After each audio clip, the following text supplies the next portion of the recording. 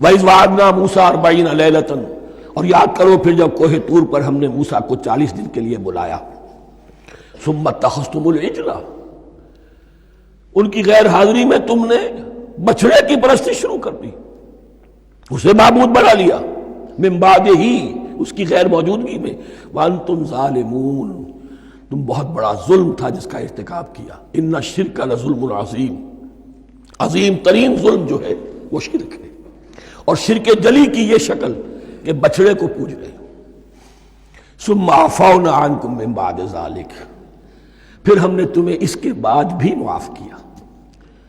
یہ ہمارا کرم رہا ہے، ہماری رحمت رہی. من بعد ذلک لعلکم تشکرون، تاکہ تم شکر کرو. وَإِذْ آتَيْنَا مُوسَى الْكِتَابَ وَالْفُرْقَانَ لَعَلَّكُمْ تَهْتَدُونَ، اور یاد کرو جب کہ ہم نے موسیٰ کو کتاب اور فرقان عطا فرمائی. یہ فرقان حق اور باطل کے درمیان فرق کر دینے والی چیز، اور کتاب عام طور پر جو آتا ہے وہ شریعت کے لیے آتا. شریعت بھی دی، کتاب بھی دی، اور فرقان بھی دیا. لعلکم تہتدون، تاکہ تم ہدایت پاؤ. وَإِذْ قَالَ مُوسَىٰ لِقَوْمِهِ، اور یاد کرو جب کہ کہا تھا موسیٰ نے اپنی قوم سے، یا قوم انکم ظلمتم انفسکم باتخاذکم العجل، اے میری قوم کے لوگو، یقیناً تم نے اپنے اوپر بڑا ظلم کیا ہے بچڑے کو معبود بنا کر. فَتُوبُوا إِلَىٰ بَارِئِكُمْ، پس توبہ کرو اپنے پروردگار، اپنے خالق کی جناب میں. باری اللہ تعالیٰ ہے. باری فَاقْتُلُوا أَنفُسَكُمْ، تو قتل کرو اپنے آپ کو. یہ چیز جو ہے تورات میں تفصیل سے آئی ہے، قرآن میں نہیں ہے. اسی اعتبار سے میں نے آپ کو بتایا تھا کہ تورات کا مطالعہ اس اعتبار سے مفید ہے کہ بہت سے واقعات کا قرآن میں ذکر ہے، اجمالاً اشارہ ہے. اس کی تفصیل کے لیے ہمیں تورات سے رجوع کرنا پڑتا ہے، ورنہ یہ کہ اس آیت کا صحیح مفہوم واضح نہیں ہوگا. فَاقْتُلُوا أَنفُسَكُمْ، اپنے آپ کو قتل کرو، کیا مانی؟ یہ قتل مرتد کی سزا ہے. وہاں معلوم ہوتا ہے کہ حضرت موسیٰ نے یہ حکم دیا. 12 قبیلے تھے، ہر قبیلے میں سے کچھ لوگوں نے یہ کفر اور شرک کیا، باقی لوگوں نے نہیں کیا.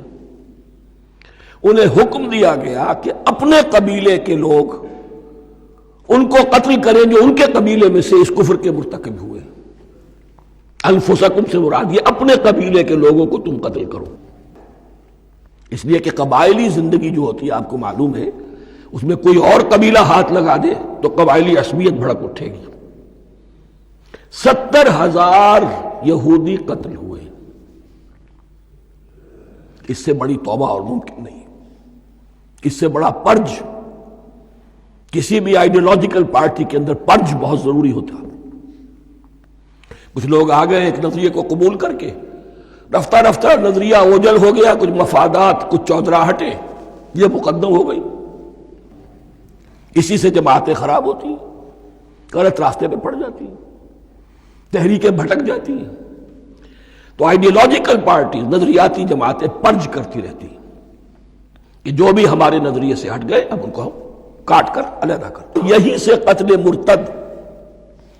تو یہ چیز حدیث میں ہے یا پھر قرآن میں یہاں ہے. اس حوالے سے جو لوگ ہمارے ہاں بعض علماء بھی ہیں، جدید دانشور ہیں، جو قتل مرتد کی جو حد ہے اسلام میں اس کو تسلیم نہیں کرتے. لیکن میرے نزدیک یہ شریعت موسوی کا تسلسل ہے کہ شریعت موسوی کی جس شے کو بدلا نہ گیا ہو، جس کے بارے میں صراحتاً یہ معلوم نہ ہو کہ یہ شے تبدیل کر دی گئی، تو وہ شریعت محمدی کا جز بن گئی. زنا پر رجم کا معاملہ بھی یہی ہے. قرآن مجید میں رجم کی صریح آیت کوئی موجود نہیں ہے، حدیث میں ہے. قرآن مجید میں مرتد کے قتل کے لیے کوئی آیت موجود نہیں ہے، حدیث میں ہے، سنت میں ہے. اور دونوں کی کا جو منبع ہے وہ اصل میں تورات ہے. تو اس بات کو اچھی طرح نقل کر دیجئے. یہ جگہ اکثر لوگ جو ہیں یہاں بہت سرسری طور سے گزر جاتے ہیں، یہ بہت اہم ہے. اور اس کے لیے تورات کی طرف رجوع کیجئے. 70,000، 6 لاکھ کل تھے. جب یہ مصر سے نکلے ہیں 6 لاکھ تھے.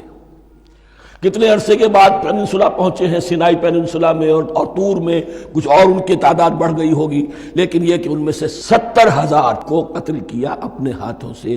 ہر قبیلے نے اپنے جو مرتد تھے ان کو اپنے ہاتھ سے قتل کیا.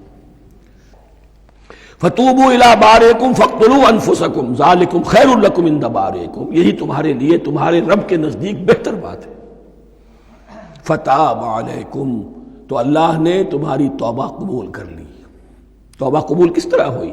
یہ تزکیہ ہوا ہے امت کا کہ ان میں سے جن لوگوں نے اتنی بڑی غلط حرکت کی ہے ان کو کاٹ کر، ذبح کر کے، ان کو قتل کر کے پھینک دیا گیا۔